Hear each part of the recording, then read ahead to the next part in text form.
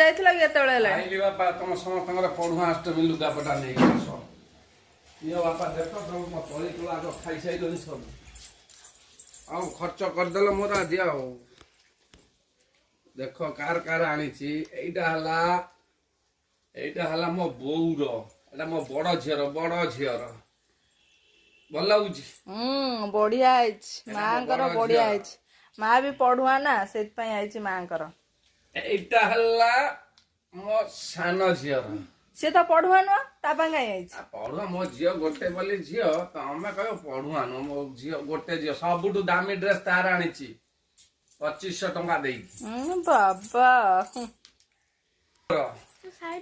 ଏଇଟା ମୋ ପୁଅର। ଏଇଟା ତାର ସାର୍ଟ ଗୋଟେ ଆସିଛି।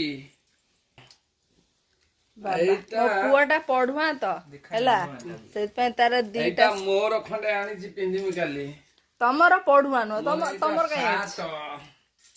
ଏ ବାପ ଝିଅ ପଢୁଆ ନୁହଁ। କୁଆଡେ ରଖିଦେଇଛୁ କିଲୋ ମା? ତୋର ବି ଆଗେ ନା କୁଆଡେ ଗଲା? ଆଣିଛି ଏଇଟା।